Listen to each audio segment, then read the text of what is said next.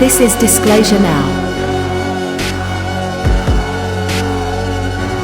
a show where we expose the truths that are nefariously hidden from humanity.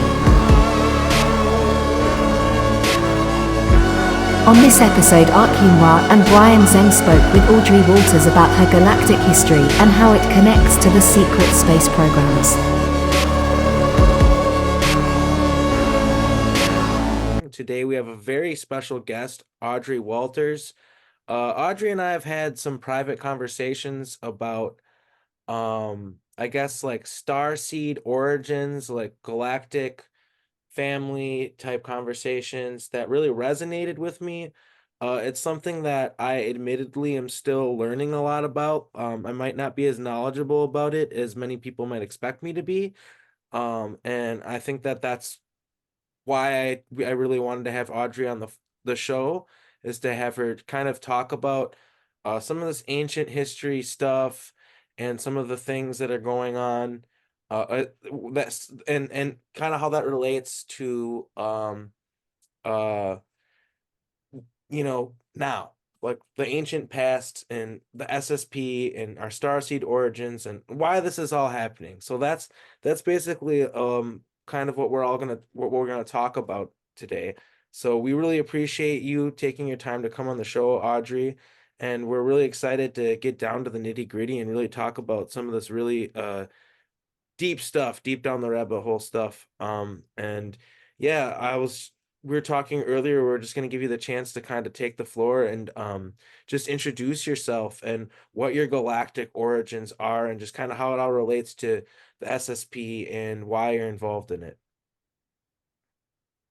Okay. Hello everybody. My name is Audrey. One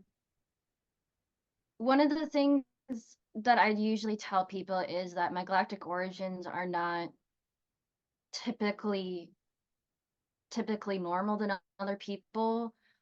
A couple of back when I was young, I'm assuming a couple of hours after I was born on my mother's home planet, which is known as Palmnonia. They are an archivist race. They archive all documents from all across the galaxy, and they are a very neutral race. They do not have a whole bunch of alliances with other races. They basically are just there to like record and store information, basically, and that's just part of their culture, part of their philosophy as a race to preserve knowledge of the universe, basically. That's basically what they do. So my galactic origins is that I am part Polynomian, part Sovereign Chain Collective, which is also kind of nicknamed the Jelly Race, and I am also Palladian. And then on my father's side is Palladian, but he's also part Anunnaki, which I recently discovered. So the way that it like maps out is that I'm 1/4 Polynomian, 1/4 Sovereign Chain Collective, 1/4 Palladian, and 1/4 Anunnaki as part of my galactic heritage. Can you During the time explain that I what was Anunnaki is? Can you explain what you mean by Anunnaki, please? Anunnaki is a very, very ancient race from the Andromedan galaxy. They are extremely old. They are the second oldest race in the Andromedan galaxy. The oldest is the Draco race. The second is Anunnaki, and then the third is Andromedan, which is they're kind of similar to the Palladians, but they're often deemed as known as the blue Palladians from the Andromedan. So in the Milky Way galaxy, they're mostly considered or called the blue Palladians, but in their home galaxy, they're known as the Andromedans. Okay. Um, So are they so my humanoid or mother, they're they're they're what? they're like humanoid um beings? They are humanoid. Um they are also they look like a gray, like grays, but they're not grays, they're blue Palladians. Um, the only difference between the grays and them is their eyes. Their eyes are more human-like, but the grays are more like dark, if that makes sense. It mostly is about their head structure. More of the grays, the taller grays are usually have different pigment of skin. Yeah, like that. Yeah, Brian, why don't you talk Brian's. for a moment so it'll bring up your screen?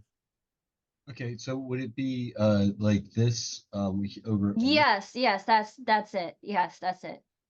That's Excellent. what they definitely look like. So that's an Andromedan. They look very similar to the Anunnaki, but not quite. The Yeah. only difference is their skin pigment. The Anunnaki have more of a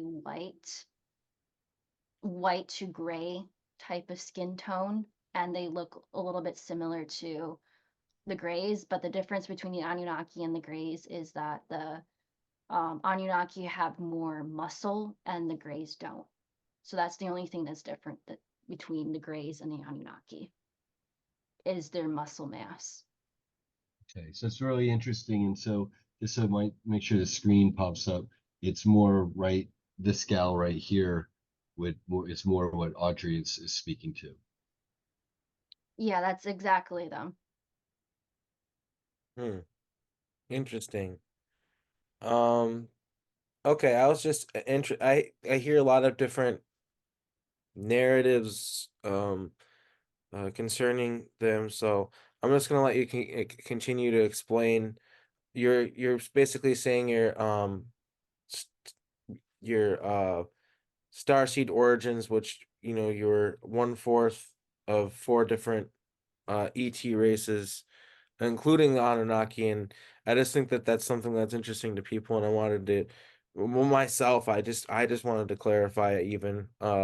Yes, I'm technically considered a natural born hybrid. There are hybrids that are genetically altered to have those type of genetics, but I'm a natural born hybrid.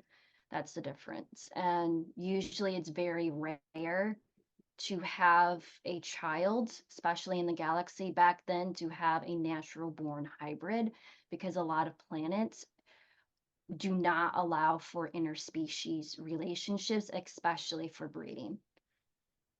So it's very rare. Yeah, that makes sense. That makes sense because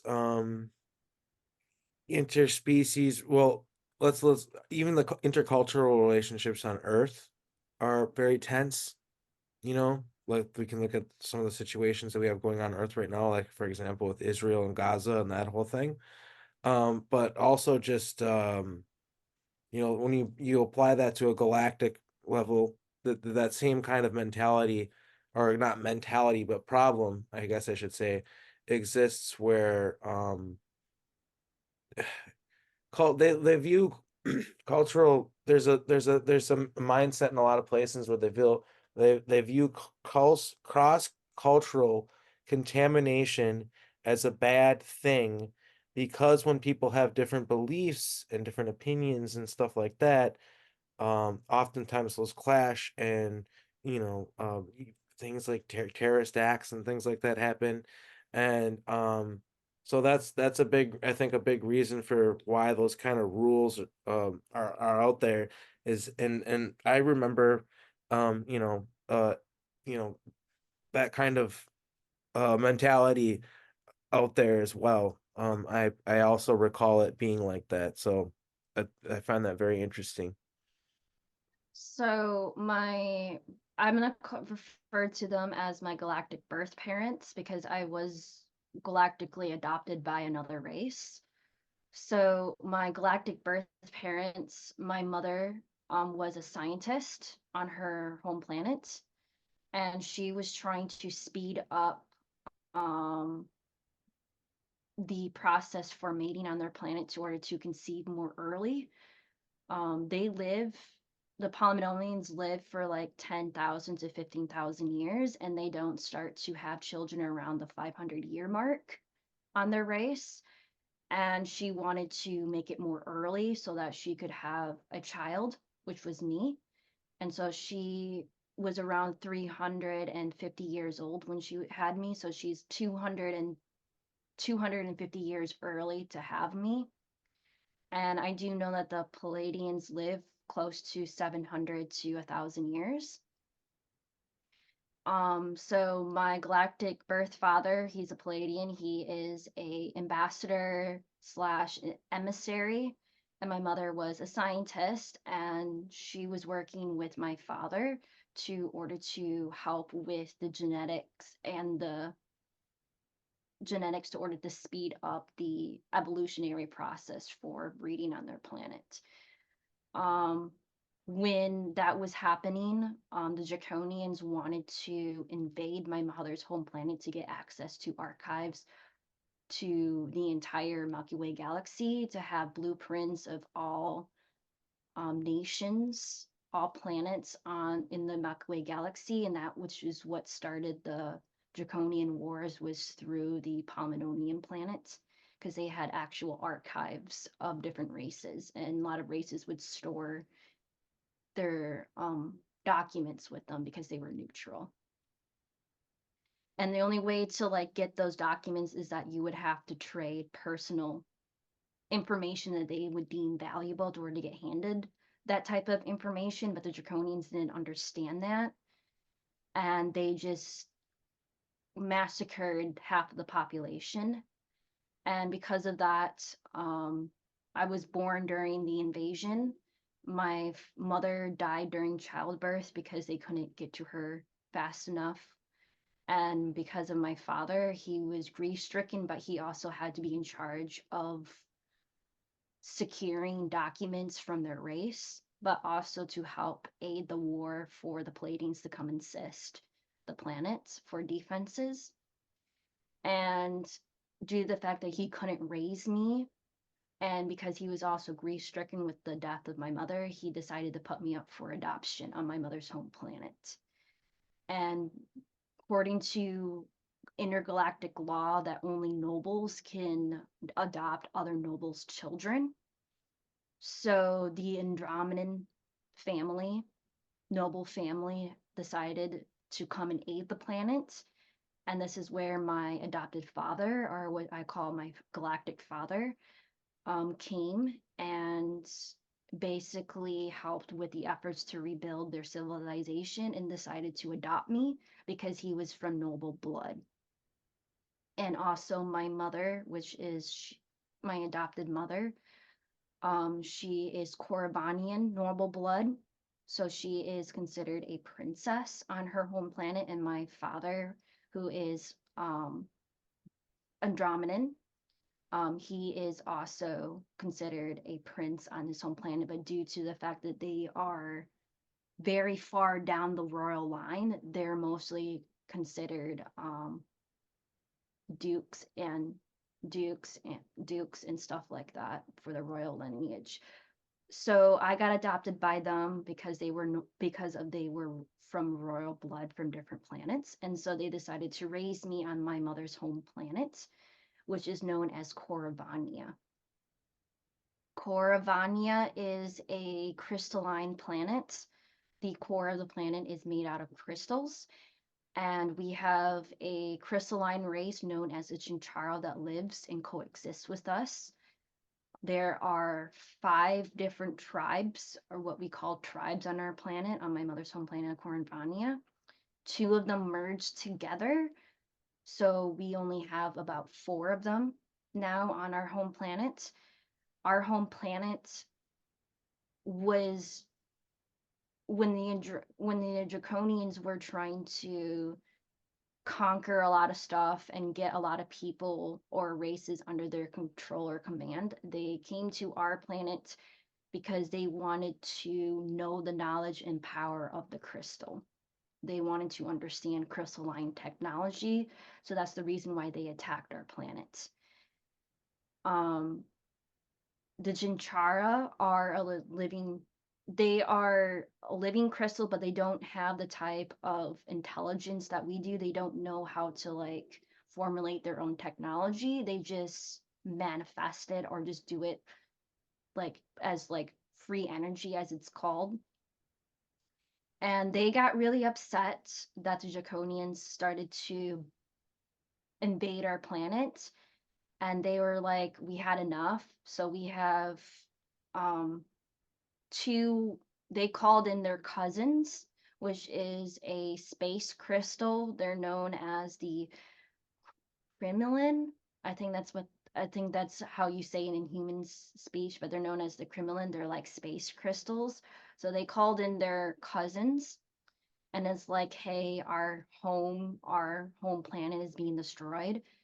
We need help. And so their cousins, and with the efforts of the Chinchara on their home planet, they were able to wipe out several draconian motherships in order to save our planet from being destroyed. And due to the fact that the Draconians couldn't conquer us, they decided that they would take war prisoners. And they mostly took war prisoners that were of military rank on our planet to understand how we were able to defeat them. So a lot of family members, a lot of their loved ones were taken, and most of them were because of military rank. And we spent over 500 years trying to locate them and take them out of slavery on different Anunnaki planets. So we do try to find people and try to take them, get them out of prison, but it takes a very, very long time to do it because it was in Anunnaki territory. And the Anunnaki are known for their brutality in war, just as the Draconians. So that's the reason why they work so well together, is because of their brutality of war. They don't understand mercy. So Audrey, in this timeline, like how many, compared to now, Earth history, how many thousands of years ago would that have been that you were born to your original mother of It would be about 1.5 million years ago. And then is it that ever since then, once they capture you, they soul trap you, and then now here you are after a series of incarnations here on Earth and yet another draconian Yes, I was. They basically tricked me into coming to Earth because number one is that they didn't the intergalactic and interplanetary people did not want me to inherit Earth as part of my lineage to the Anunnaki, because the Anunnaki, Inil and Inky, are my galactic cousins from my Andromedan father's side, my galactic father's side. And my cousin, so my galactic father has two other brothers. One is called Cemeterius, and the other one is called Dominaris. And Dominaris, which is my uncle, was one of his daughters was supposed to marry to Inky, but she refused. But then they were kind of like forcing her to marry her to order to stop the brutality or war from breaking out on their home planet. So she was literally forced to marry Inky. Enlil was jealous because he thought that his brother was gaining more power through marriage. And so he's like, well, my brother's too busy getting married and trying to conquer other planets through marriage. I'm going to take control of Earth, which Earth is a gateway planet. Earth is a interdimensional, multidimensional fault line. And back then, Earth, they wanted to use Earth, the interplanetary cosmic court system, or the Galactic Federation that a lot of people refer to. They wanted to use Earth as a gateway planet for international or intergalactic conferences because of the portal system that is laid out through our entire planet. And they also wanted to use Earth as the center place for all the gatekeep for the Stargate system. So that's the reason why there's a lot of stargates on this planet. A lot of them have been destroyed. A lot of them have been damaged because the Anunnaki did that on purpose because they didn't want aid and resources be given to the humans to fend off the Anunnaki. But because of those were destroyed, they also didn't want the humans who were still learning about the Stargate technology and learning about this stuff to have access to it and get themselves in danger. So that's another reason why the Stargate system was destroyed on this planet. I Or at least remember some of that it was part. destroyed. I remember that part, the fearing what the humans have just had, like the power they had and the fact that they were children still, and that being like very scary. And there's even some sort of, there's like I found like verification of it in like Egyptian hieroglyphics, and you're just that, like that's a whole lot right there that you just like said, like it's incredible testimony, and that's a whole lot. And like I said, it just resonates with me. Like it's very detailed. The reasoning all seems sound when you like think about it and everything. And I'm just wondering if you've ever like looked into some of like the Sumerian tablets kind of history that talks about the Anunnaki, and found that it where it lines up with your testimony or anything like that. Um, there's a couple of things that I do want to note. Um, there was a lot of stuff that was happening during the early human history. So some of the clay tablets were found does not accurately portray what is actually the true history of humanity. They did that on purpose. The actual true history of the human race is all stored within the Sphinx in Egypt. Wow. Now, I have to comment here, Audrey. There's a lot of, I don't know if I'd say crossover or corroboration with what Elena Danan sources are saying in regards to, she's talking about the return of Prince Ea or Enki, and not necessarily to Earth, but just to the area. And lots of different starseed nations are gathering through some portal around Jupiter to meet. And I was wondering, it seems like there's possible crossover there. Can you comment on any of that? Yes, there is a planetary shift. Marduk was overthrown from rulership of Earth. He was knocked out. And there is a human that has took over the role from Marduk's position. So that there is a huge transfer of power going on right now. And then what human would that be, if you're allowed to say, you're able to say? I am still trying to figure that out, to be honest, but I heard that it is a human that took over the Probably power that from Marduk. Alexander guy. That Alexander uh he Mary Beaver talks about him. He's the king of the Knights of Templar. Um They told me that it was a human woman that took over that took over the position, not a man. It oh, was a so human woman that it's took already over the position. occurred. It's That already occurred. Kim? Yes. Is it Kim? Sorry,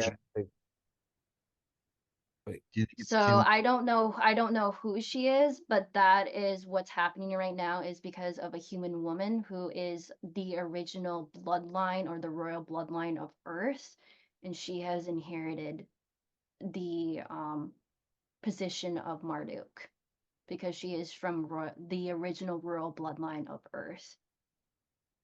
So we know that Marduk was basically harvesting Earth, and everything on it is a loosh farm or whatnot. This new Yes, that's person, very true. this new person, this new female, is she, can we say she's more benevolent in her attitude towards us, or is she of the same ilk? Yes, she wants to restore Earth back to its former glory, back to when it was Atlantis. Basically, from what I have heard, she wants to restore Earth back to its former glory. Well, that's great. I hope that's correct. But You she said, but she says from the last time of the meeting, she's saying that she's having a really difficult time trying to undo the programming and the systematic way of the Anunnaki that place on this planet. So she's having a very difficult time with undoing that and unraveling it from the planet Could you maybe because it's so explain? heavily ingrained in the planet. Could you maybe explain how that could be connected to what people refer to as the white hats, meaning the positive military people that are like supposedly clearing out deep underground military bases and stuff like Yes, that? I I'm had a very memory skeptical of during. that stuff, but if you have any information on that, I'm I'm opening my heart to the possibility that these kind of things are potentially happening. Yes, it's very true. I actually had an experience during COVID, and I was one of the, I guess, I wouldn't say that I was a soldier, but I was definitely part of the medical crew that went into these underground bases and to get out children or get out or stop these ETs from doing the type of things to children. Most of the underground bases were children, and a lot of them were women. Because Audrey, Um, my understanding is that you have certain healing abilities that might be then considered helpful in that situation. yes, I do. I do have this natural healing ability. They found it out when I was part of the SSP during their training exercises when I was about from like 12 years old to 16 is when they started doing like the training exercises in the SSP.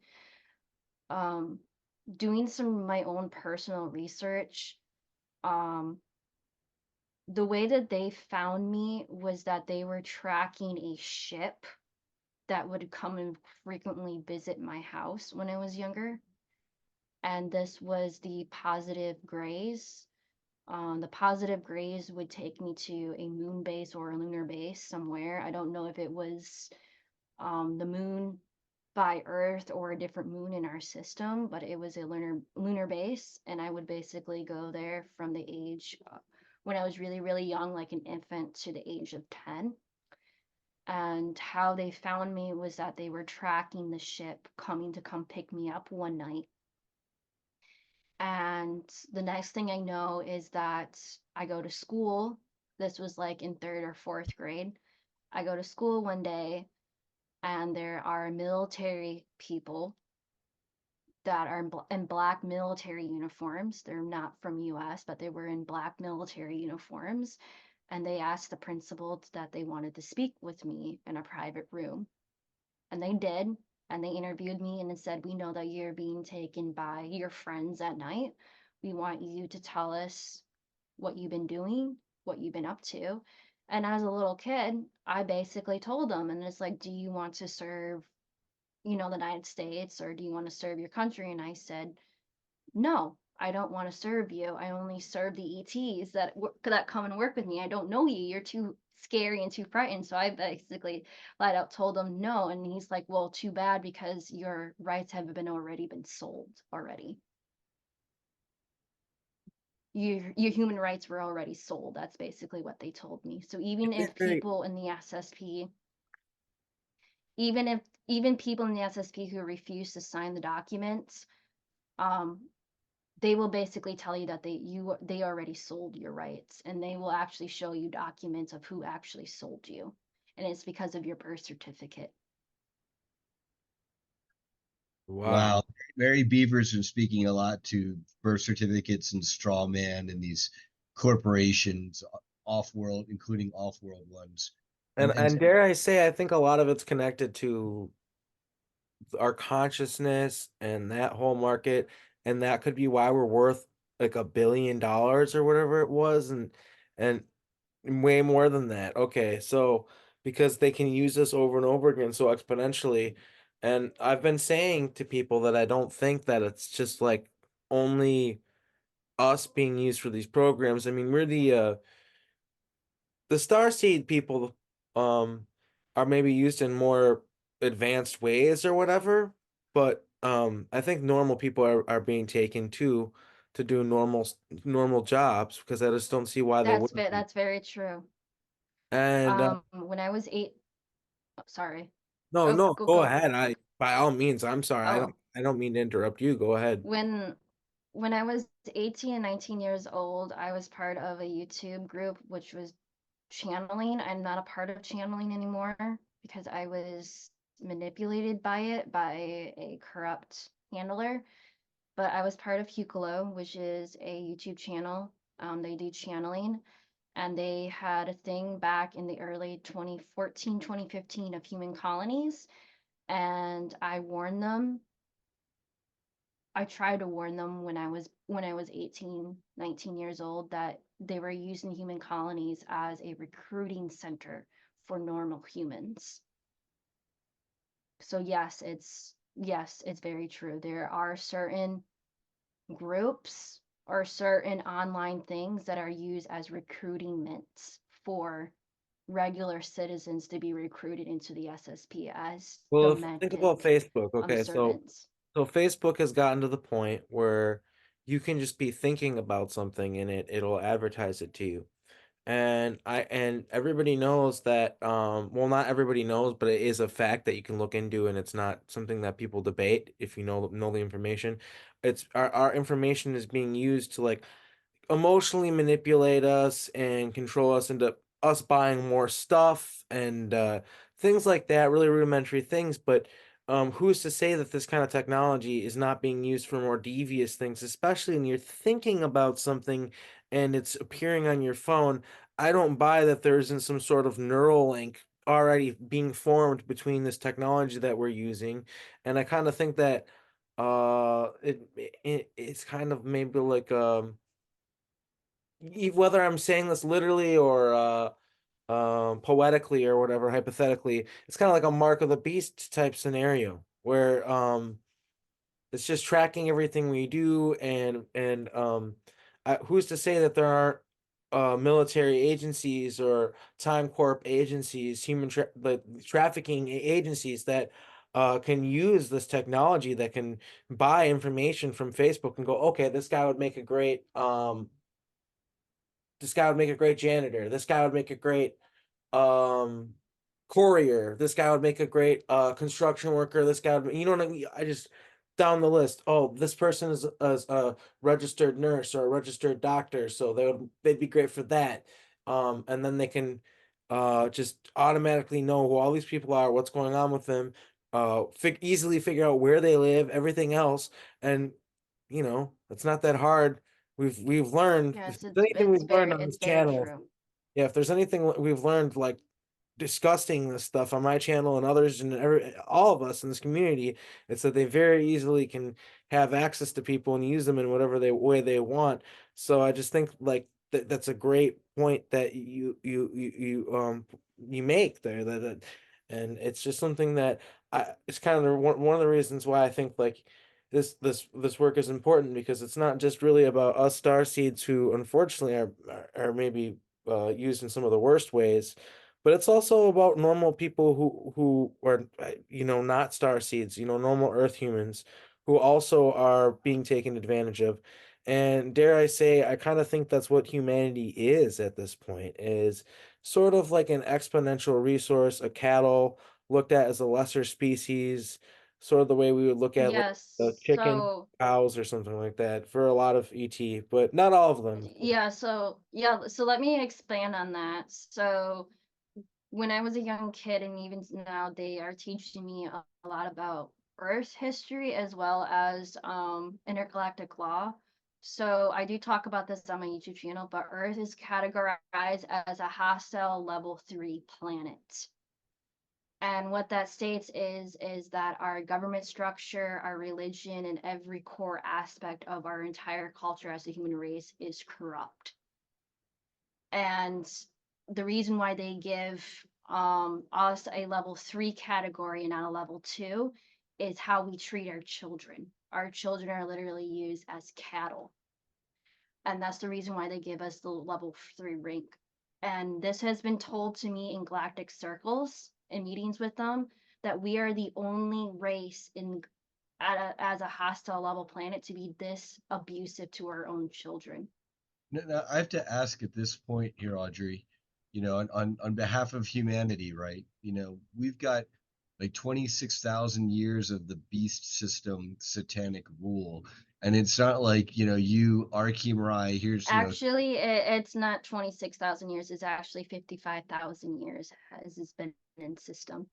okay, so then twice as long as a long time, and here we are, 3 out of 3, a sample population, of humanity, and none of us want to abuse children. Quite the opposite. We want, the vast majority of humanity want these people rounded up and brought to justice. At least the minority of us who know about it, but the majority of us who, if we knew about it, would definitely want justice. Like, does that not factor into galactic law? I mean, does that not make them say a little bit less like, Well, for the past a couple of thousand years under Marduk rule, he rewrote the documents for Earth, claiming that we were a slave race or a slave planet. So he basically wrote the paperwork, and because now that Marduk is no longer in power and there's a new rulership, she's probably still in the process of rewriting all the paperwork for Earth right now. But I do know that on a galactic level, Earth is there's a lot of the debates right now, but a lot of people, a lot of galactics do not like us, and it's because of the SSP. Lot of galactics. Like, I have had heated arguments with a lot of benevolent races about Earth and trying to convince them to stop the arguments and stop the conversations of wanting to wipe out humanity again. In human history, humanity has been wiped out 5 times. Yeah, and they want to keep doing it.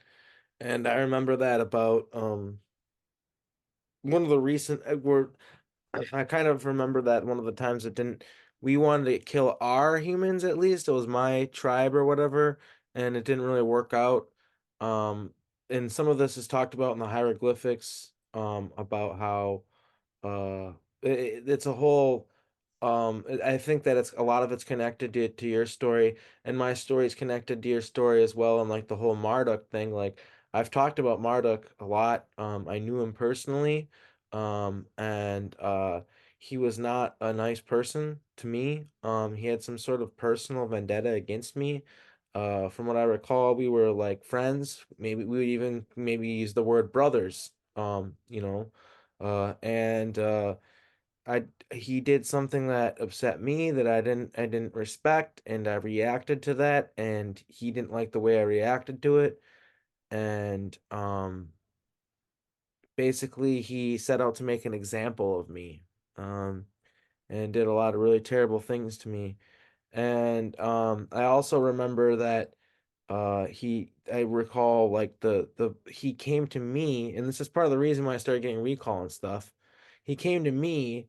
um I talk about how I had this missing time, and it kind of made me like, whoa, wait, what's going on, and made me look into this again. Well, it turns out that missing time was like him showing up to my room and basically telling me he was like in trouble and he like needed my help. And I don't remember exactly how I reacted to him. I think I kind of like laughed at him and told him like, "Man, you're screwed, man. Like, why? I'm not gonna help you."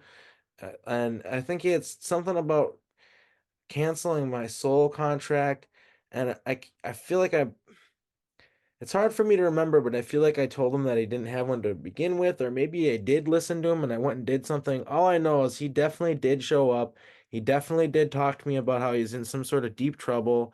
And then also it lines up with some stuff that other people in the community have said to me about Marduk as well. I've heard from Penny Bradley that something about how he got tried in a galactic court, and that he was losing the Earth and all that stuff.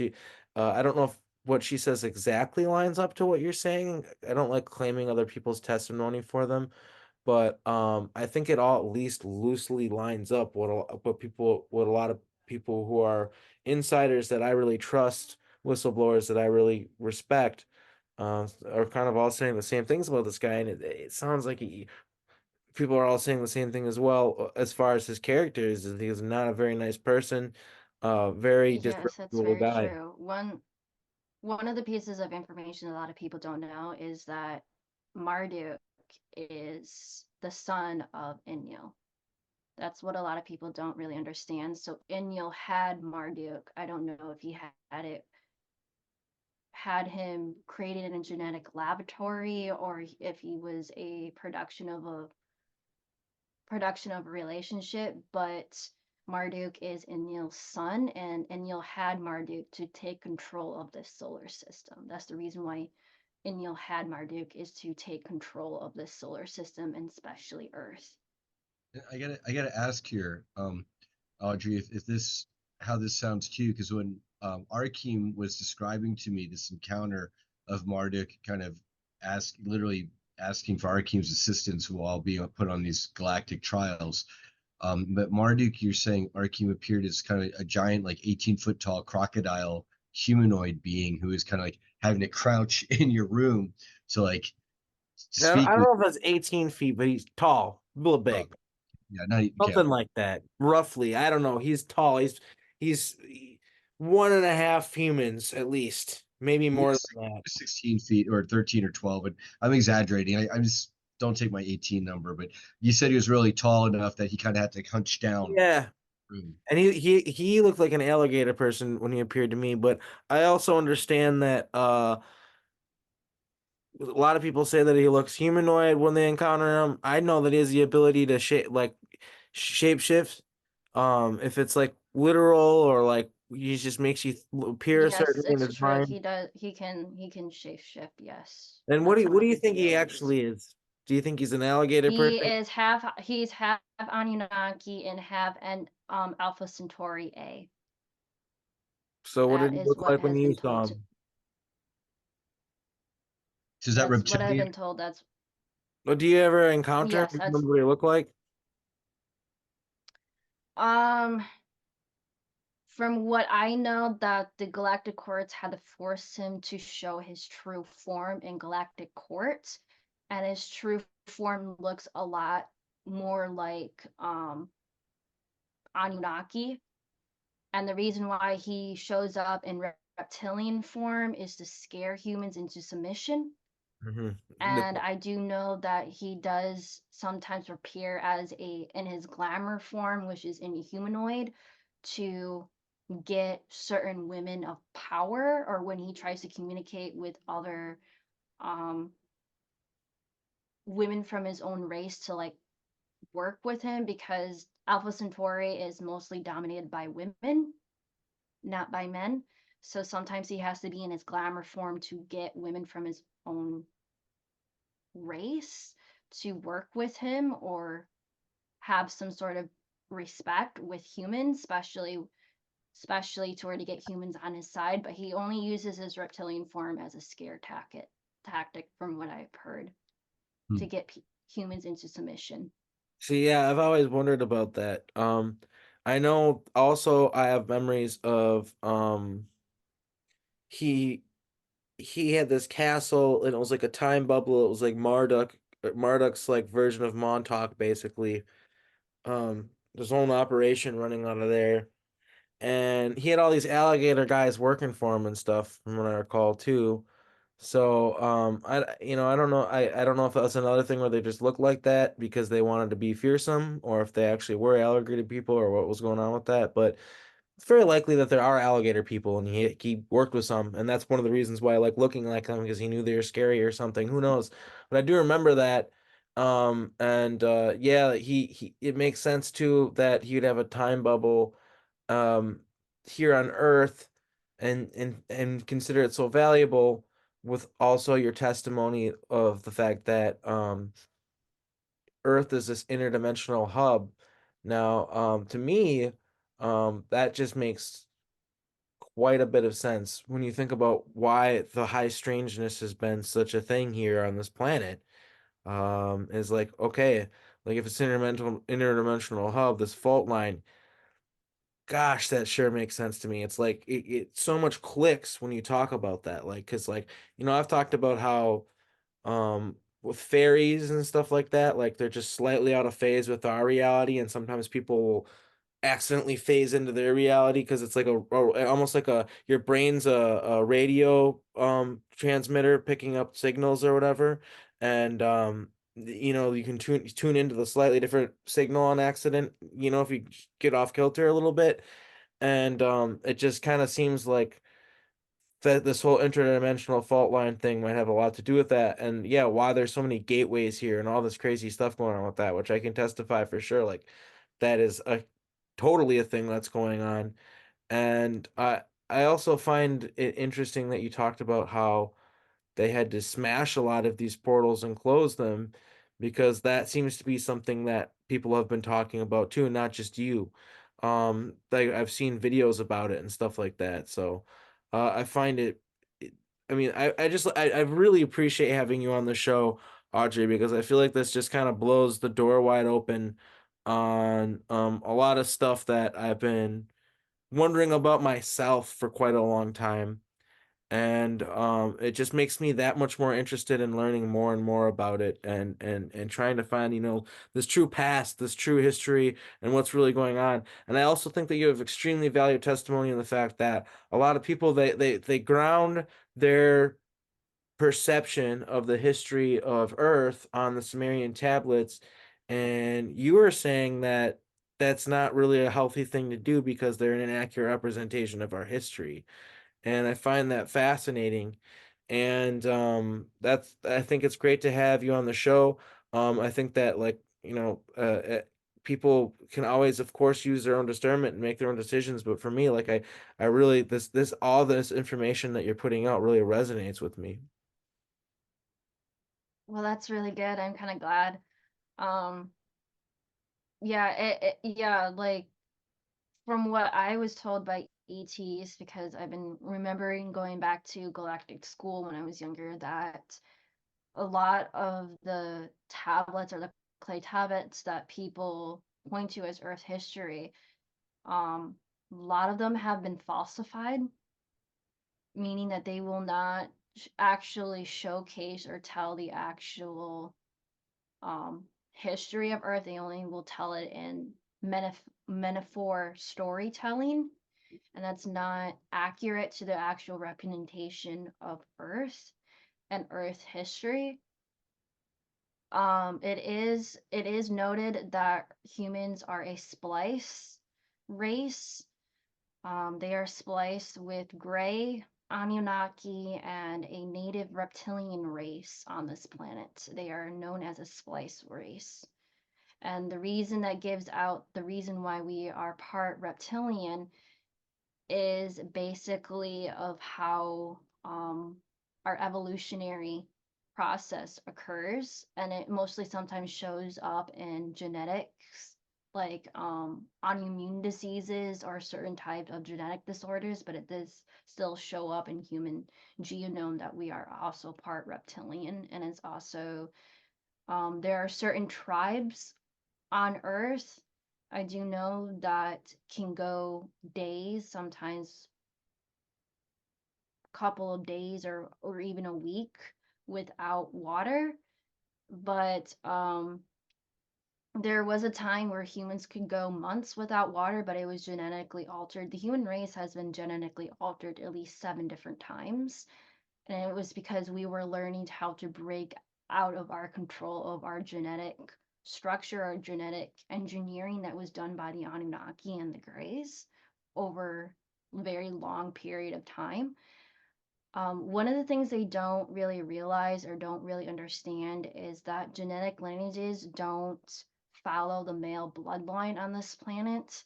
It mostly follows the female bloodline of Earth. So if you want to figure out whether or not of how you are taking and the reason why you're taking, is take a look of what your mother's skills are, or what they are is because most skills are passed down through the maternal bloodline and not the patriarchal bloodline of this planet.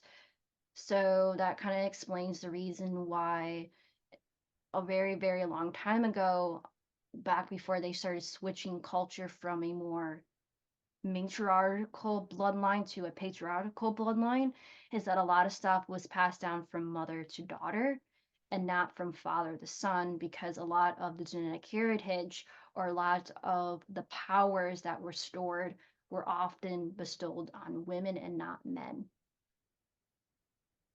So in order for a male to get the type of abilities that it has now, is that they would have to have a mother or some sort of aunt in their bloodline to have that special ability be born, because it usually skips a generation in the bloodline. I gotta ask Audrey, in terms of us being spliced or being combined from gray, reptilian, and Anunnaki, I was kind of the way I modeled it up to now was that I've heard that we're actually a combination of like up to 22 different starseed races, and then later on we were messed with further by the Anunnaki to mine gold, and perhaps by the reptilians as well in there. And so it sounds a bit different. Can you speak to that? From what I was taught by my galactic heritage and by the Galactic Council, that Earth was only sliced by 5 different races, not 22. And the 22 races that they're talking about is the type of genetic coding that is added to enhance abilities of humans for the SSP, or to enhance certain abilities. It's not part of the human genome. And then, so would it be also then, or could it also be that of those 5 races, are they themselves hybrids of maybe other races? Could that be a possibility? Yes. Okay. Yes. But the Anunnaki, the reptilian race that was spliced, the natural reptilian race of this planet, they have not been genetically altered. The Anunnaki have not been genetically altered, but the Greys and the other 3 races that I was referring to were from other races that were genetically sliced. But the only reason why they're not considered as hybrids is because they were genetically spliced by the Anunnaki, but they are still considered as an actual original born, naturally evolving race. The Anunnaki has really screwed up evolution on many different planets, and they're trying to correct that on a genetic level and also on a quantum level to fix that. But a lot of races that were considered to be hybrids are not actually hybrids. They're actually natural born races that were spliced due to the genetic experimentation that was done through the Anunnaki. They mostly teamed up with the Greys. The Greys are scientists by heart, but they were corrupt because of one of their queens from their home planet married into the Anunnaki royal bloodline, which corrupted their entire system or government structure on their planets. So the Greys were a very benevolent race until one of their queens was forced to marry into the Anunnaki bloodline. But they are a natural scientist race. A lot back then, the Galactic Federation or the Intergalactic Federation would use the Greys to study certain races or study different planets, evolutionary scales, and they were taught to not to interfere or anything. But I do have heard from the rumor grapevine is that a lot of the Greys are trying to rebel, and they're trying to rebel by doing things incorrectly. Is their form of rebelling, is doing things incorrectly. Sabotage. Literally, that's what the Yes. French workers would do when the factories first came out, or the Dutch. They would drop their wooden clogs into the into the machinery. The sabot, the clog. That's where sabotage comes from. Oh, you're muted, Arkin. Yeah. That would explain stuff like there's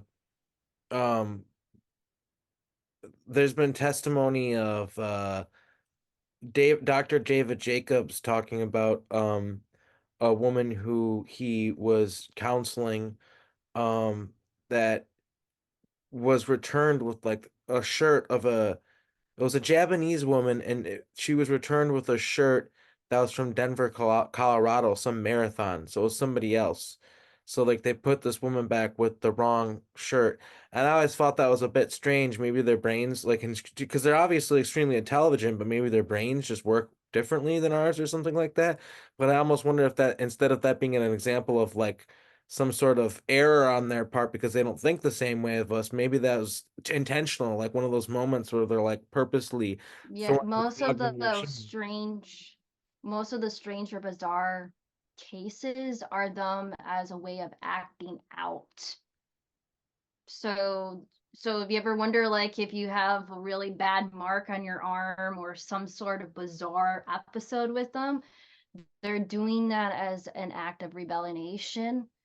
And they sometimes try to do that because they're not supposed to, by galactic law, to interfere with humans, like to mess with their personal lives or injure them. They're supposed to put them back the way that they are supposed to be. And in order to get them to stop coming to Earth is that they're trying to get kicked off of Earth by doing things incorrectly. Well, that's great. That's brilliant. And that actually does sound like, from what I remember of them, that sounds like exactly the way they might react to something like that.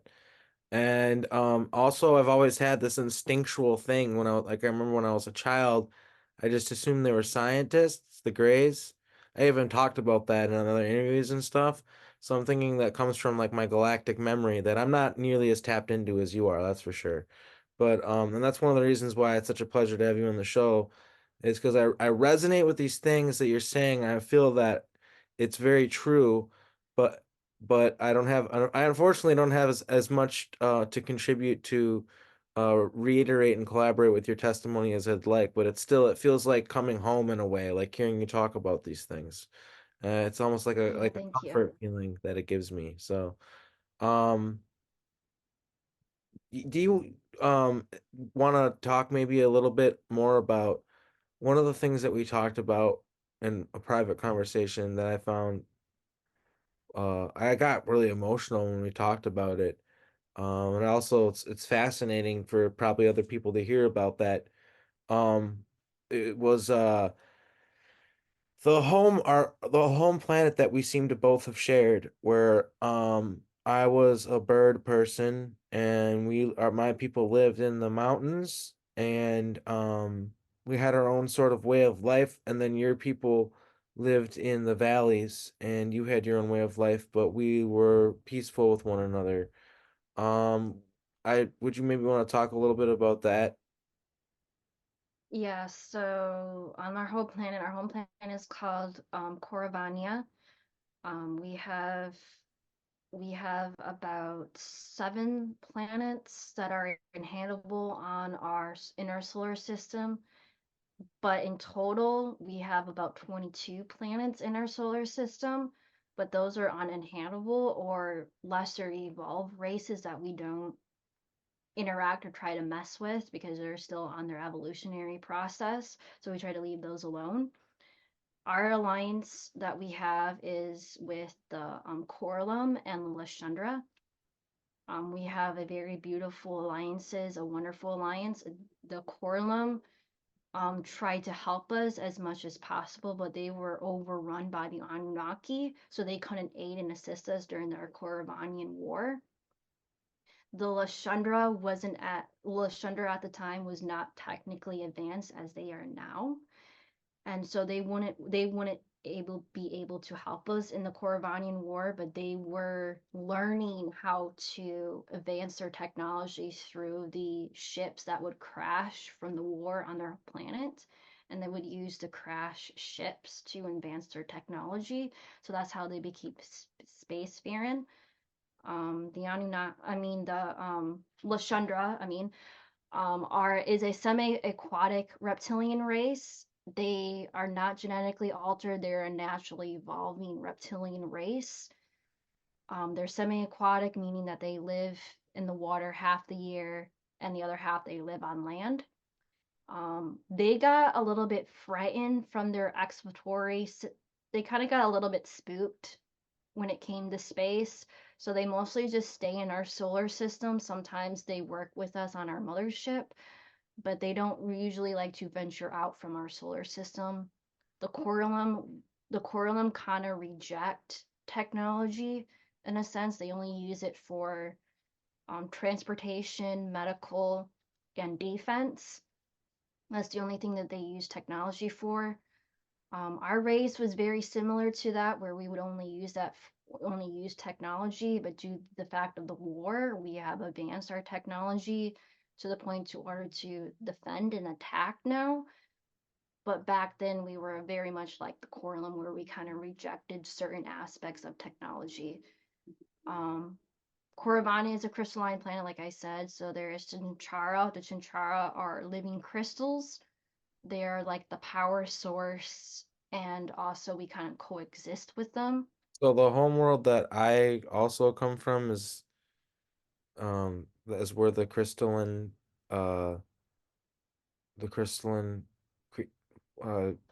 what do you call them, creatures or entity, or what is it? I'm sorry. They're Chinchara? known they're called the Chinchara crystals. So they're like That's what they're. are they a collective, or are they separate entities, or are they um they're like part of our collective, so we sort of like they're like a combined entity. We have a semiotic relationship with them. That's where that's coming from. We have a very interesting semiotic relationship with them because we kind of like need them to order to survive, and they kind of need us to order to survive, so we have that and your people by type of symbiotic. we you're referring to whom? um our race, the particular race or tribe that I came from, our race was known as the Jinibu. um I do know that we had a another race that coexisted with us, which I think they're known as um they're like the angel race, but they're not really like angels in a sense. They're mostly like more like animal, like bird people, like you were referred to, but they were um um trying to remember what their name is. I think their name was Hanaka or Hanakin. It's kind of hard to pronounce in human speech, but I know that it started with an H for like the pronunciation from that tribe. But yeah, we had a tribe that lived in the valleys. We had tribes that lived near the ocean, near the forest, near the mountains, basically. Um, I do know that our planet is being protected by the Lashandra, but we kind of go back and forth there once in a while to order to like get new recruits, or just go back there for like seasonal things like vacations and stuff. But mostly a lot of our activity and a lot of the stuff that we do is on our mothership, and we do go exploring, going and helping other races and aiding and assisting them.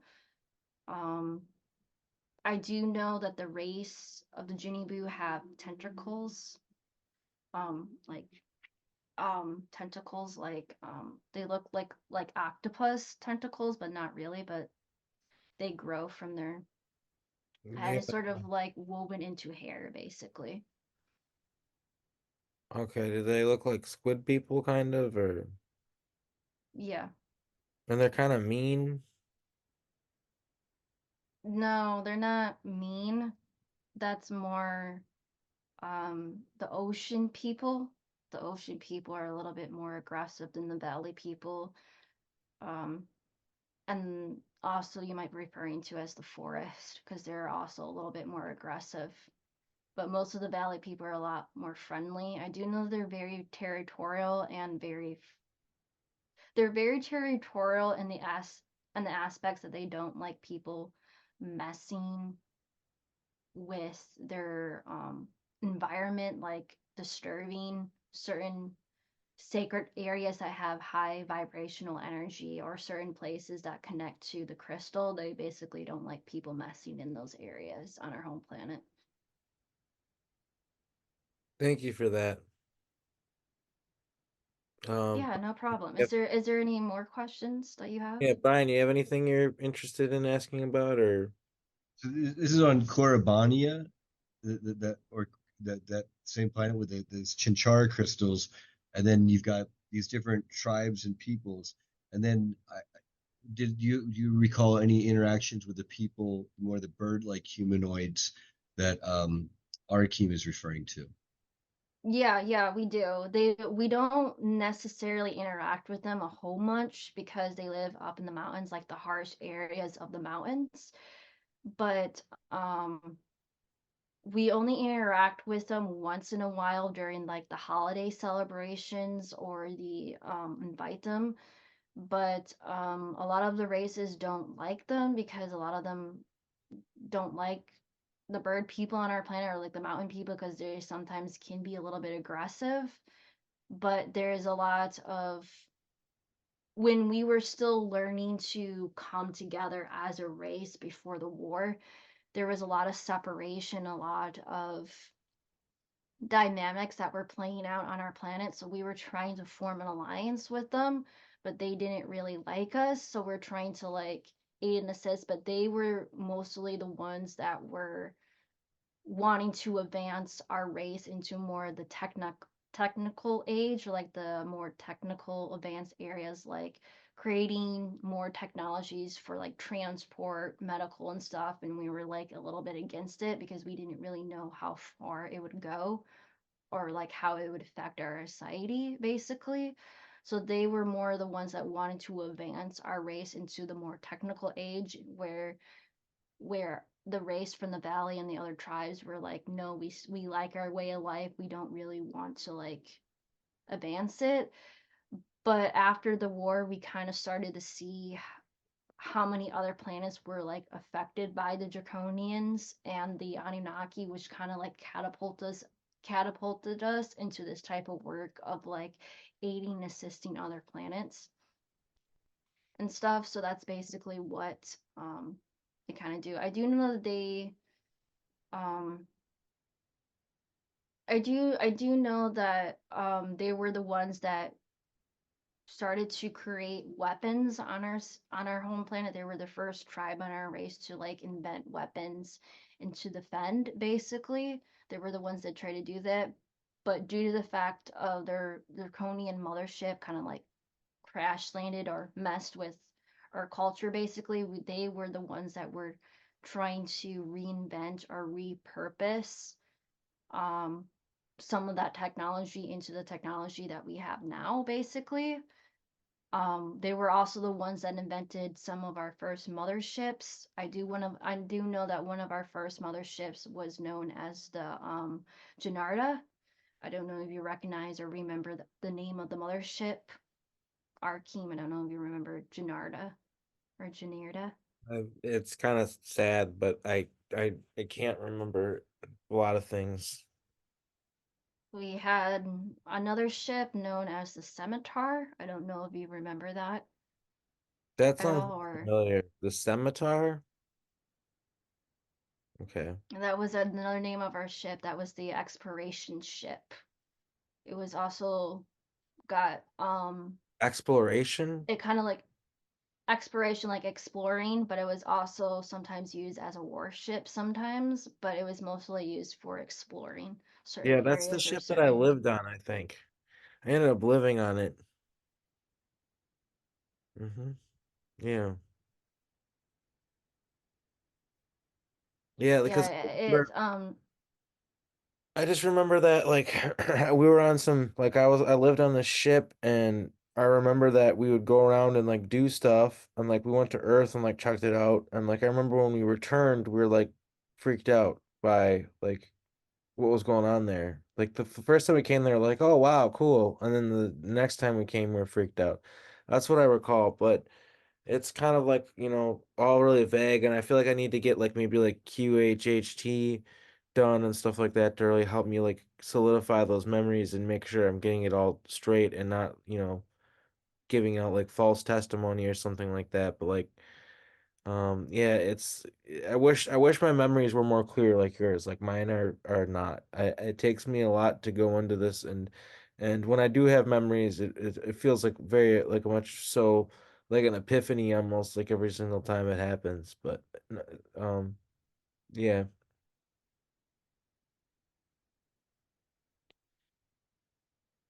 Awkward silence. Is Yeah, I is do. I do know that I do know that I do know that they were humanoid, but their wings were mostly like in the form of like hawks and eagles. I think that you remember that their wings were mostly like um mostly in the shape or the form of hawks and eagles.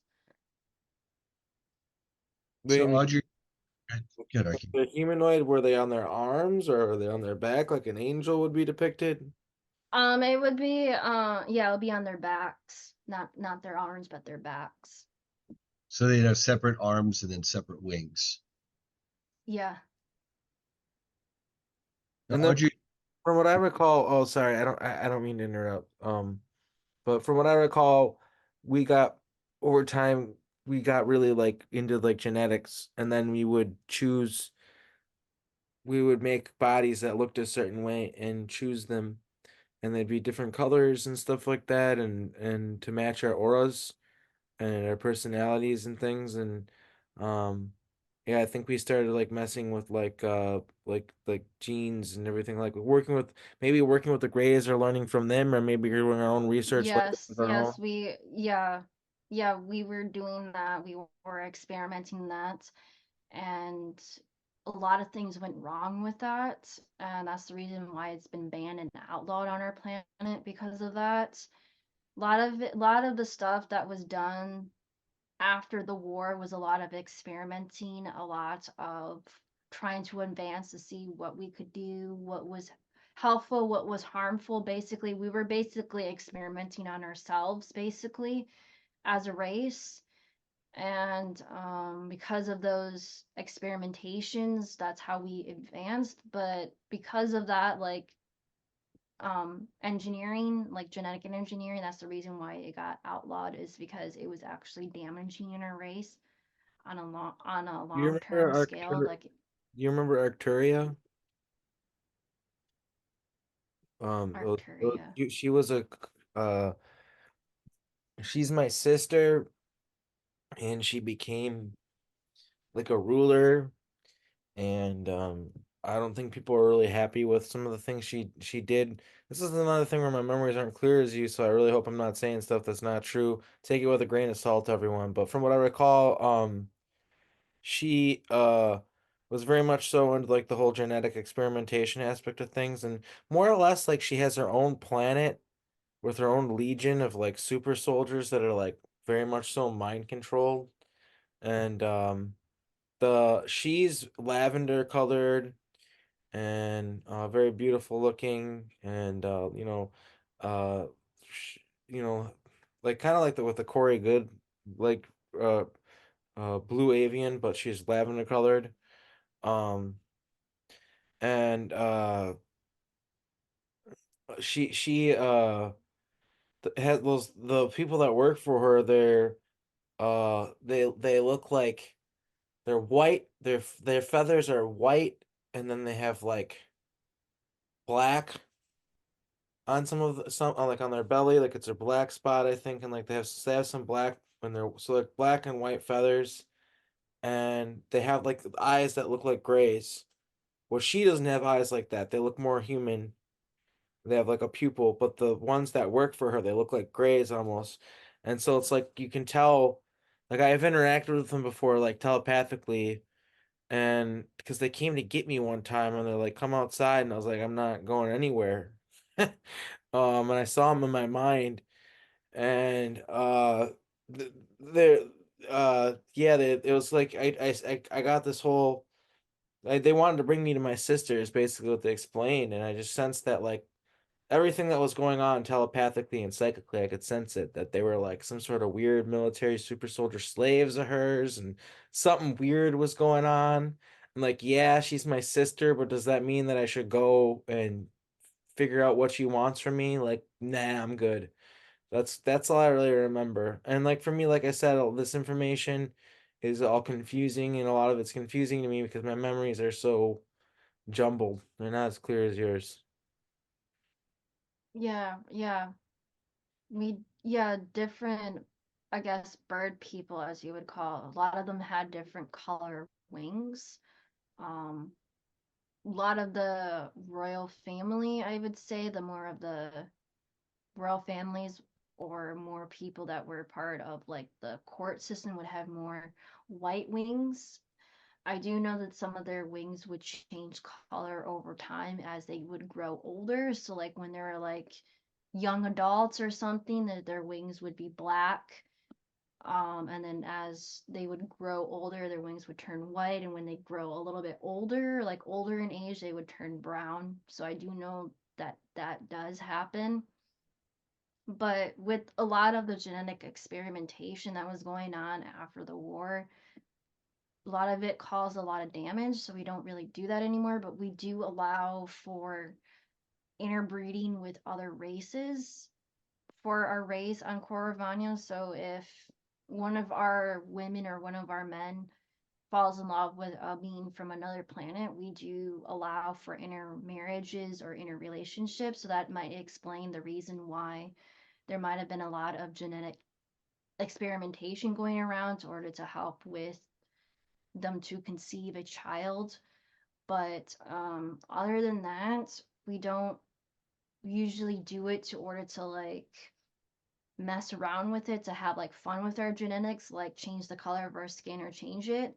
But I do know that there was a point of time where we did have the ability to change our color of our skin depending on the seasonal change of our planet. Like, you know how rabbits would change their fur from winter to spring or shed their skin basically, or shed their fur. So that's basically what we did. We would change the color of our skin depending on the whether it was summer or winter on our planet.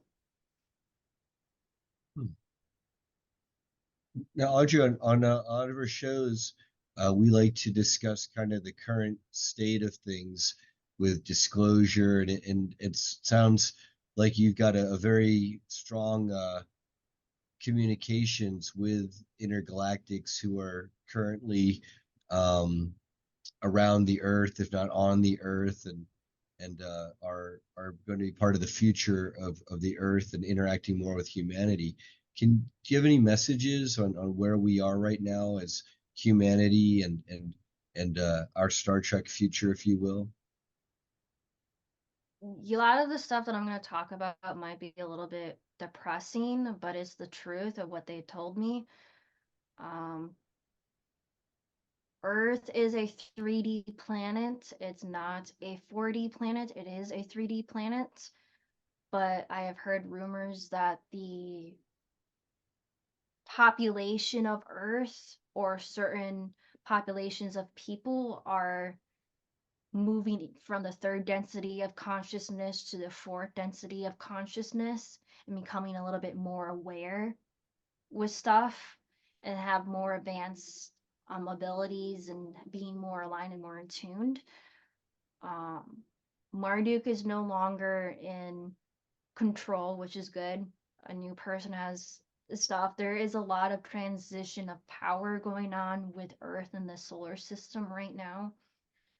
Um, I do know that someone else is sort of like in control now of the solar system. I do know that they were trying to root out corruption with the court system going on with the Council of Nine for the solar system. I do know that. Um, I do know that Inky and Enlil were put on trial. I do know that Inky tried to escape. I don't know if he successfully escaped or not, but I've heard rumors that he's been attempting to escape trial. So I don't know if he actually went through trial yet or not. Um, there is a vast majority of races that really do not like humanity. really does not like us, and it has a lot to do with the SSP. Like, When I hear reports of people in the SSP going to different planets and trying to colonize them through the Stargate system, and it becomes an intergalactic issue, and there has been a couple of times where the Galactic Federation had to step in and prevent races from coming to Earth to try to invade Earth and get humanity to wake up and stop them from colonizing.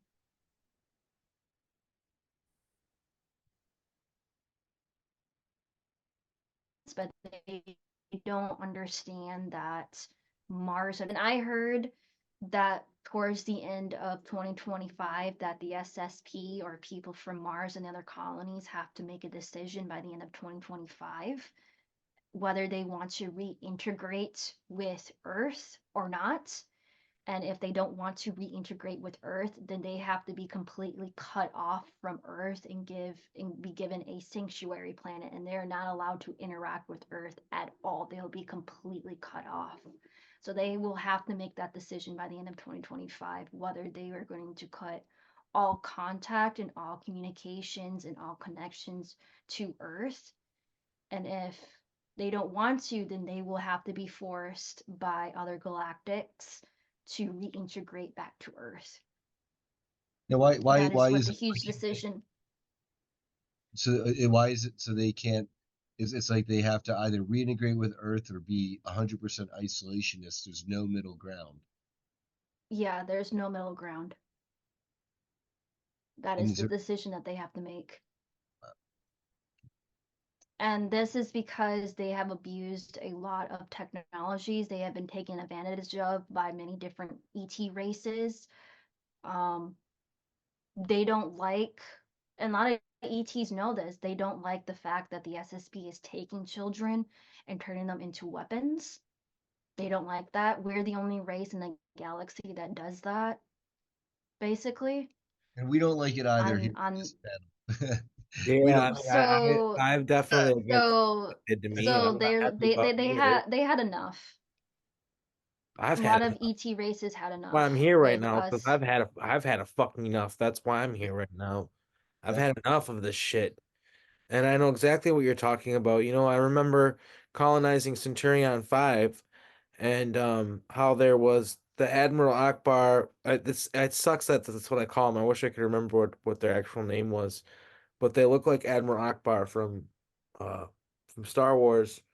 And they were like a race with a noble culture and a noble people who I would say have a richer culture than humans do, maybe, like, because we're just kind of scoundrels in so many ways.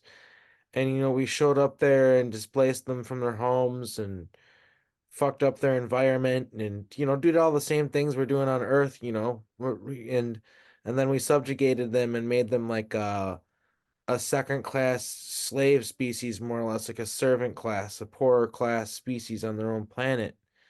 And I can only imagine that other advanced ETs, when they look at that kind of behavior, they probably just think it's scummy. You know, they probably just think that it's just really just they can't. Wow, who would respect that kind of behavior, or the way that we treated Mars when we went to Mars and we just destroyed all the raptor nests, spider nests, ant nests, stuff like that. Like, we just went in there and decided, you know what, we want to live here now. We're gonna kill you all.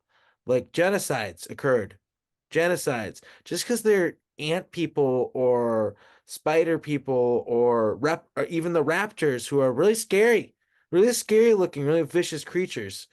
That doesn't mean that is wrong. That's a sentient advanced life form, and that's genocide. I And so I can I see. do know that I think there's like a humanoid race that comes from Earth. I don't know if they live in the inner planetary sector of Earth, but I do know that one of the natives of Mars went to the Galactic Federation to ask for help to get the humans off of Mars. And a lot of people in the SSP will not like this, but I do talk about this. The planet Mars does not belong to humans at all. It belongs to the natives of Mars. And because of that we invaded another planet, the Galactic Federation can step in and actually kick off the humans from Mars. Yeah. If the natives actually step up and go to the Galactic Federation, they can actually petition the court system to have other galactics to come in and aid in the system to kick the humans off of Mars. And what the humans don't know and what the ETs don't know is that the moon for Earth belongs to the humans. It belongs to us. So when you have ETs that claim ownership of certain parts of the moon, that's not correct. The moon belongs to Earth and the humans, or the natives of Earth, basically. So the humans have a right to kick the ETs off the moon if they want to petition. But the natives of Mars can actually petition the intergalactic court system to actually get the humans kicked off of Mars if they really wanted to. And there are a lot of races that will be absolutely willing to aid and assist the natives of Mars to kick them off of Mars. You're muted. For the record, from what I recall, from what I experienced on Mars and the things that occurred there that I was forced to participate in, I'm not a fan of what happened, and I don't think any of it was right. And I understand that galactic decision completely, because it's very much so a thing with human beings. It seems to be that they, whichever one you want to say, they have this desire to conquer, get more land, get more resources, which I guess is a self-preservation thing, but it gets to the point where it's counterproductive, and it's going to make you more friends, or excuse me, more enemies than friends. And at that point, it becomes very counterproductive to your own survival, sort of, to feel the need to endlessly expand, like, and at the expense of how much life. Doesn't matter, you know what I mean?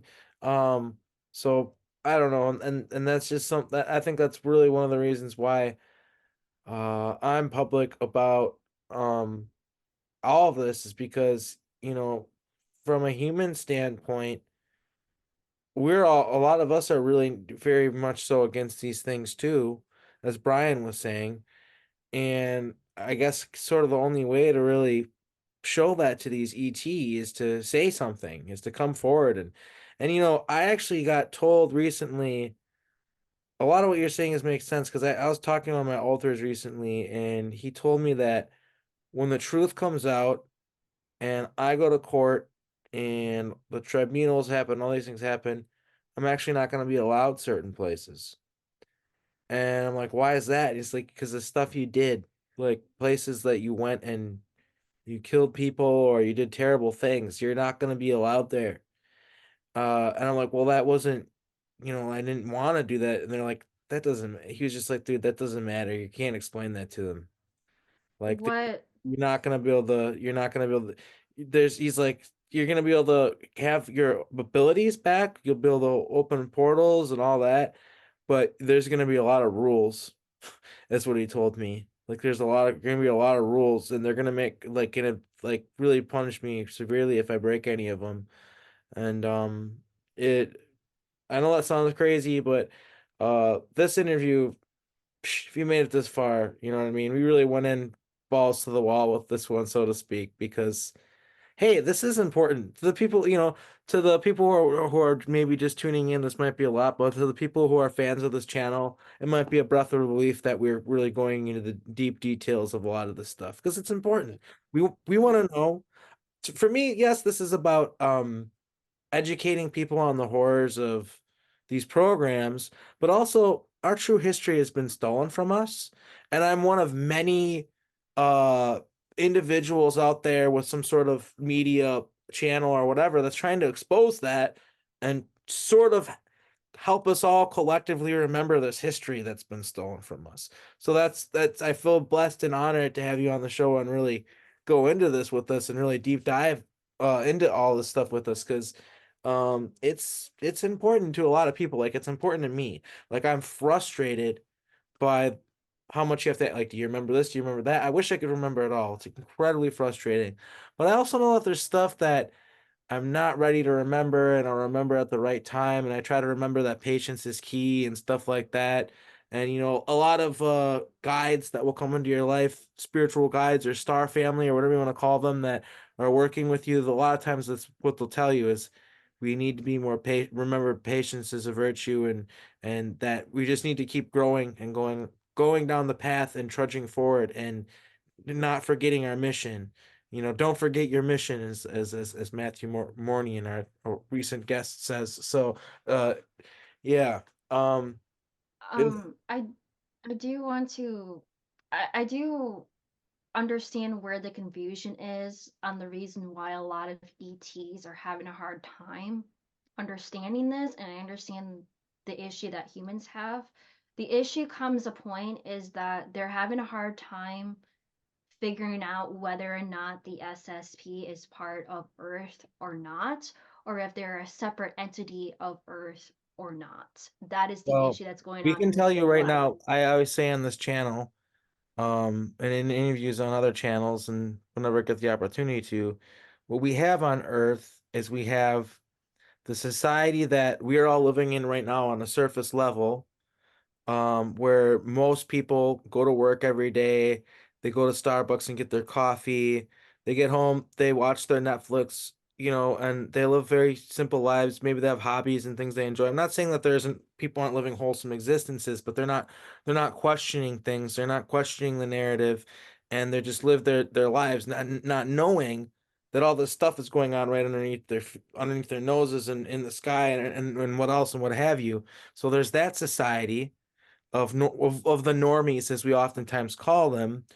And I don't mean that in a derogatory way, really, because it's like, how are they supposed to know this stuff? They're literally being programmed to not know it. It's not their fault. But then you have this other society that exists within our society, which is an esoteric society, where they communicate out in the open with their own symbols that they all know and their own messages that they all know, but we, the public, don't know. So if these galactic entities are trying to decide whether this secret space program society represents Earth or not, well, my answer to that would be, why is it called, we call it the secret space programs. We don't call it our society. We're not thinking of this thing that is as a representative of us. The average Earth human has no clue that we've even been to Mars yet. They got Elon Musk telling them that we're gonna go there in 10 years still or whatever. Meanwhile, we already went there and did genocides and stuff. So the average Earth human has no clue about this. And I think that this level of insidious deception from this cabal group within humanity, that needs to be accounted for and addressed as the problem as it is, because you can't throw the baby out with the bathwater. You have to address the actual problem.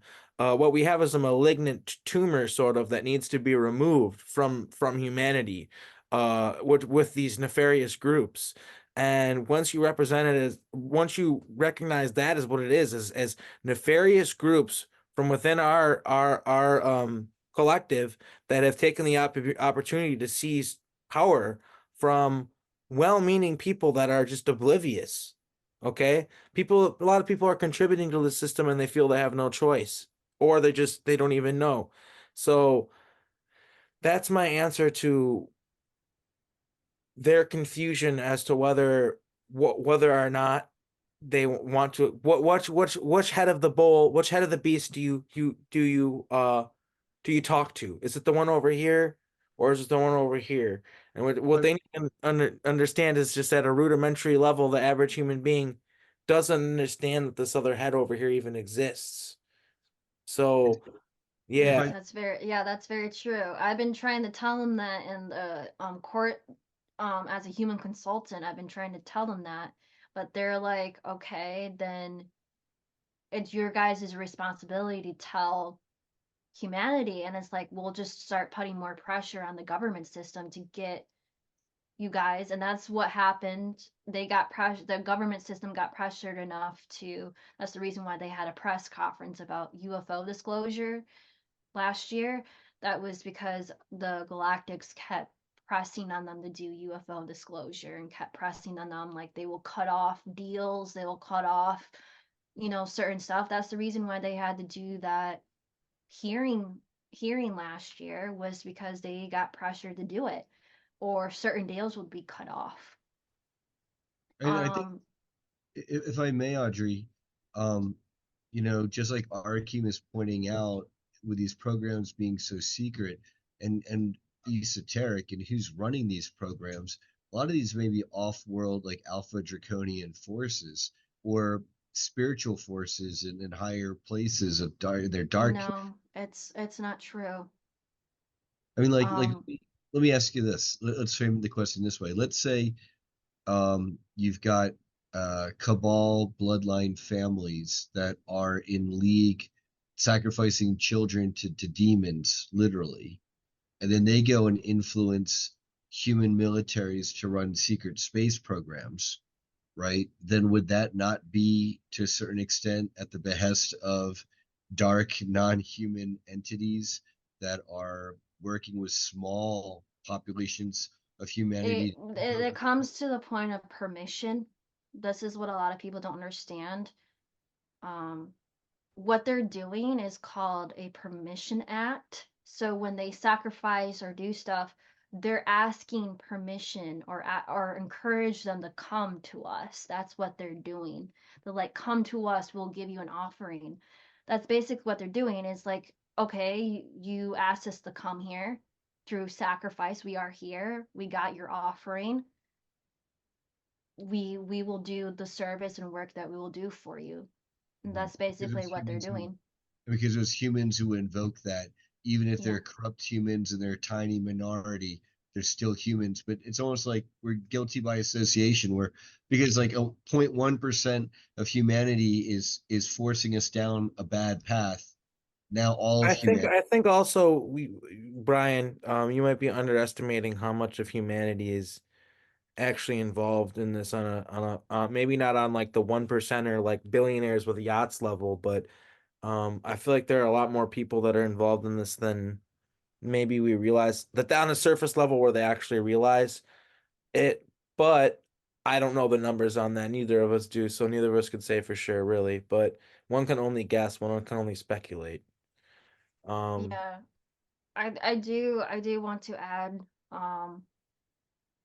that a lot of ETs really do want us to do disclosure and get the general public up to speed. That's what they want. But there's another factor in play that maybe you guys may not realize they're starting to understand. But once humanity wakes up, they're going to have to succumb to the issues on an intergalactic planetary way. Like they will have to come to races. If they want UFO disclosure, then you're going to have to deal with angry ETs bashing you out in court, or have negative ETs show up and be like, you're going to have to deal with that. And not only that, but you're also going to have to face the consequences of what the secret space program did. Earth, a lot of humans really do not understand. Yeah. Um, You're breaking up. You guys are a breaking. lot of cut off from the rest of the galaxy. You just broke up a little bit. What did you just say there? A lot of humans don't understand.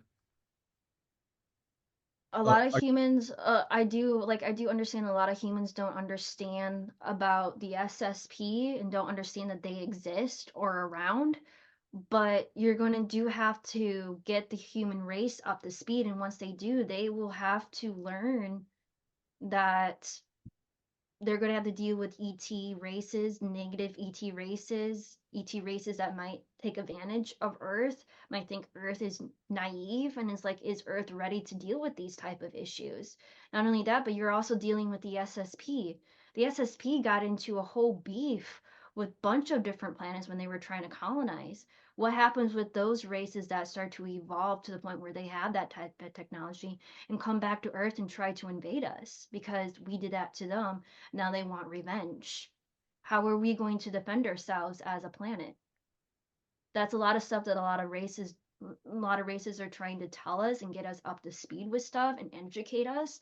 But how can you know, get the entire race of humanity up to speed and not to shock them or into fear, like, oh my goodness, panic, they're going to start destroying the planet and be angry, and like it's the end of the world basically once they start understanding the truth. But a lot of people in the SSP need to understand that if disclosure happens, Earth is going to have to face the consequences.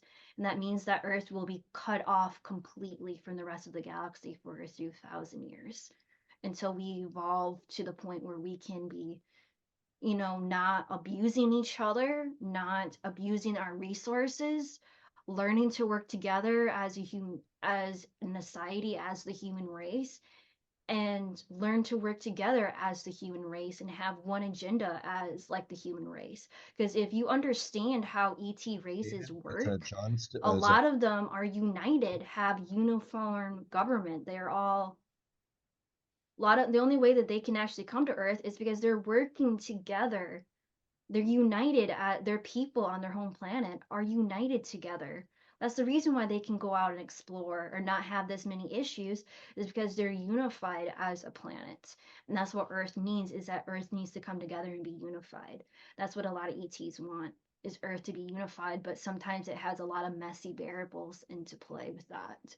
Yeah, of Sure. course. I mean, look at where we're at with global affairs. I mean, um, we've got internal conflicts abound, more than we can count. So, um, that's definitely a huge problem when it comes to stepping onto the galactic playing field. Is just like, um, how are you going to get along with all of us if you can't even get along with us or yourselves, each other? You know what I mean? So we have a lot of work to do, and I really appreciate this conversation because there's a lot of very profound spiritual truth that is um hopeful and good, but also you're being realistic here. And I really don't like it when people just kind of say like everything's going to be fixed soon, and I don't agree with that. I think that we have a lot of work to do.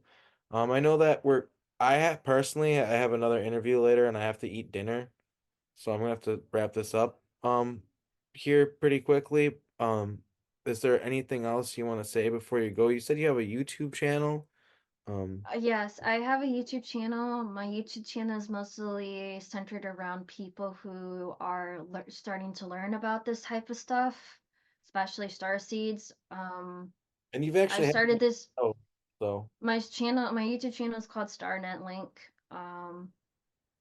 I created it about a year and a half ago to educate people, but also to um, explore and expand on certain pieces of information, learn about it, see how much information has changed, whether or not it's true or fact, and basically to get people from different communities that are not exposed to this to talk about certain aspects. Um, I come from a community of people where I live that don't necessarily understand or talk about this type of subject, especially the UFO topic and stuff. And so when you get out of that little bubble in the Starseed community and spiritual community and the SSP community, you will understand like how much people really do not know what's going on and they don't really know where to start. So that's the reason why I kind of created my YouTube channel, to like help people that are starting to learn about this to come to my channel to learn about it and not be bogged down by politics, drama, religion, and just basically just be a place where you can just learn, ask questions, and don't have to be demonized because you don't understand. Um, I was part of the Starseed community. I understand it. Like, I understand that you have someone new that is bogged down by so much information and they don't really know where to start. They feel lost. They feel like I'm not evolving. And it's like, this is someone's personal journey. Just let them go at their own pace. Let them go. And that's basically what my YouTube channel is. It's just to basically explore, learn, and just basically talk about other topics that other spiritual communities or Starseed communities, UFO communities don't talk about. So that's basically what my channel is about. We'll definitely make sure to have a link to that in the description of the video. Thanks again for coming on. It was a pleasure having you. We also are going to be having Drago Reed on as our next guest. And so kind of people look out for that. And I think it'll be an interesting and like kind of a perfect segue because he's gonna be talking about a lot of the Anunnaki stuff. And I'm just kind of curious how much of what you guys say is gonna line up. That'll be interesting to see. So maybe that's a little theme for our channel for a little bit here is Galactic History Month or something like that. Yeah, January that'd be nice. Galactic History It'll be Month. nice to know how much of the information I know is the truth and what has been, I guess, lied to me by other ETs or been programmed into me to believe. But yeah, it'll be interesting to see what comes out of his interview to see how much I can remember from it. So yeah, that would be kind of nice to listen to Yeah, that and once that also interview is out. we're also going to be comparing it to like Marvel Universe and how it's like the same. Like they're literally just like copy paste, change some names around maybe a little bit, and maybe make it more understandable for this time period and stuff, but it's like the same story. So it's just going to be a fun episode, and we've been looking forward to having him on the show too, and so that's great. And yeah, I think this is accidentally. I think we're gonna have maybe this can be a theme for the channel for the rest of its existence. Is January's Galactic History Month. We're gonna learn about some of our galactic history. So yeah. Anyway, thanks to everybody for tuning in. And it's again it was a pleasure having you. And Brian, I hope you're doing great over there in Nevada. It was always a pleasure having you on the show co-hosting with me. And everybody take care. Have a great day. I'm gonna stop the recording now.